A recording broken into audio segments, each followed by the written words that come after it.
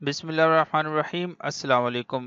University of Sargodha ضرورت daily wages ملازمین کے لیے جابز کا اعلان کیا گیا ہے، جس پر پورے پنجاب کا ڈومیسائل رکھنے والے مرد و خواتین اپلائی کر سکتے ہیں۔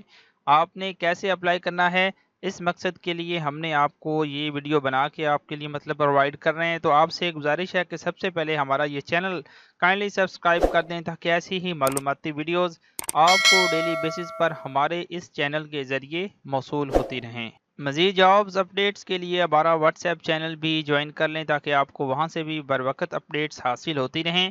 تو ابھی ہم موجود ہیں اس کی افیشیل ویب سائٹ پر جہاں یہ جابز اویلیبل ہیں، یونیورسٹی آف سرگودا کی افیشیل ویب سائٹ۔ تو سب سے پہلے تو آپ کو یہ بتاتے ہیں کہ سیٹس کون کون سی ہیں اور کون کون اس پہ اپلائی کر سکتا ہے، آپ نے کیسے اپلائی کرنا ہے، ایچ اینڈ ایوری تھنگ آپ کو اس ایک ویڈیو میں بتایا جائے گا۔ تو ویڈیو کو بغیر مس کیے سکپ کیے پورا دیکھیں۔ تو ابھی ہم موجود ہیں اس کی افیشیل جو ایڈورٹائزمنٹ ہے جو کہ یونیورسٹی آف سرگودا کی ویب سائٹ پہ بھی موجود ہے۔ تو یہاں پہ آپ ریڈ کر سکتے ہیں کہ یونیورسٹی آف سرگودا اور ملحقہ کالجز، جس میں زرعی کالج اور اس کے بعد الائیڈ ہیلتھ سائنسز، اس کے بعد AHS اور اس کے بعد college of engineering and technology, law college, Allama Iqbal campus, ان سب اس کے جو سب کیمپسز ہیں یا اس کی جو برانچز ہیں یونیورسٹی آف سرگودا کی، ان میں یہ جابز اویلیبل ہیں عارضی یا ڈیلی ویجز کی بنیادوں پر۔ تو اصل میں یہ نان ٹیچنگ کی جابز ہیں، ٹھیک ہے نا، ٹیچنگ کی جابز علیحدہ ہوتی ہیں، لیکن یہ جو یونیورسٹی میں یا اس طرح جو ادارے ہوتے ہیں اس میں ٹیچنگ سے ہٹ کے کوئی اور شعبہ جات بھی ہوتے ہیں، جس طرح کہ الیکٹریشین ہو گیا، جنریٹر ہو گیا، لائن مین، پلمبر، کافی سارے اس ادارے میں کرنے والے کام ہوتے ہیں جو کہ ٹیچرز نہیں کرتے، وہ دوسرا عملہ کرتا ہے۔ تو یہ دوسرا جو عملہ ہے یا نان ٹیچنگ اسٹاف جسے آپ کہہ سکتے ہیں، تو یہ ان کی جابز ہیں، ٹھیک ہے۔ تو یہ پہلے آپ میک شور کر لیں، کیونکہ یہ ویڈیوز زیادہ تر وہی حضرات دیکھیں گے جو کہ سطحی قسم کی جن کی تعلیم ہے یا ان پڑھ جو حضرات ہیں، ٹھیک ہے۔ تو اس لیے آپ کو آسان الفاظ میں یہ سمجھایا جا رہا ہے کہ آپ نے جسٹ جو ہے وہاں کلاس 4 یا درجہ چہارم کی جو نوکری ہے وہ سر انجام دینی۔ تو یہاں پہ آپ دیکھ سکتے ہیں کمپلینٹ آفس یا M&R۔ اب یہ جو لکھا ہوا ہے آفیسز کی نیم ہے، ٹھیک ہے نا۔ اب آپ کی جو بھی نوکری ہے اس کا آفس یہ ہوگا، اگر آپ الیکٹریشین کے طور پر اپلائی کرتے ہیں، اگر آپ الیکٹریشین کے طور پر سلیکٹ بھی ہو جاتے ہیں، تو آپ کی جو کمپلینٹ ہے وہ اس آفس کے تھرو آیا کرے گی بجلی کے امور کے تحت، ٹھیک ہے۔ تو یہ تھوڑا سا آسان کر کے میں نے آپ کو سمجھا دیا ہے۔ اس کے بعد مطلوبہ جو اسامیوں کا نام ہے وہ یہ آپ کے سامنے لکھا ہوا ہے، یہ اسامیاں موجود ہیں، اور اس کے سامنے اس کی جو اہلیت کی قابلیت ہے، جو اپلائی کر سکتا ہے، ایلیجیبلٹی کرائٹیریا ہے، وہ اس باکس میں لکھا ہوا ہے ایک سیریل نمبر وائز۔ تو سب سے پہلا جو کمپلینٹ آفس ہے اس کے اگینسٹ ایک سیٹ کا نام ہے، پھر اس کے سامنے اس کی تعلیمی قابلیت ہے۔ تو پہلے نمبر پر ہے بجلی کے امور، ٹھیک ہے۔ اب پوری یونیورسٹی میں بالفرض اگر کوئی بجلی خراب ہوتی ہے تو وہ کس آفس میں کمپلینٹ جائے گی کہ ہماری بجلی خراب ہو گئی ہے، یہ مسئلہ بن گیا ہے۔ تو وہ بجلی کے امور جو ہوتا ہے وہ ایک آفس کا نام ہے یونیورسٹی میں یا کسی بھی ادارے میں، اس کی برانچ میں۔ اس نے پھر آپ کو انسٹرکشن دینی ہے کہ بھئی آپ وہاں پہ جائیں، وہاں یہ کمپلین آئی ہے تو یہ جگہ پر پرابلم ہے، وہ جگہ کو ٹھیک کر کے آئیں، یا جو بھی انسٹرکشن آپ کو وہ دیں گے، ٹھیک ہے۔ تو وہ آفس کا نام ہوتا ہے، اور یہ سیٹ کا نام جو ہے اس کے سامنے لکھا ہوا ہے، اس کی تعلیمی قابلیت اس کے سامنے۔ تو اس طرح پورا سٹرکچر یہ نیچے تک چلے گا۔ اب بجلی کے امور کی جو سیٹ ہے وہ 8 الیکٹریشین 8، ٹھیک ہے۔ اب یہ اس کے سامنے اس کی تعداد وغیرہ بھی مینشن ہوگی۔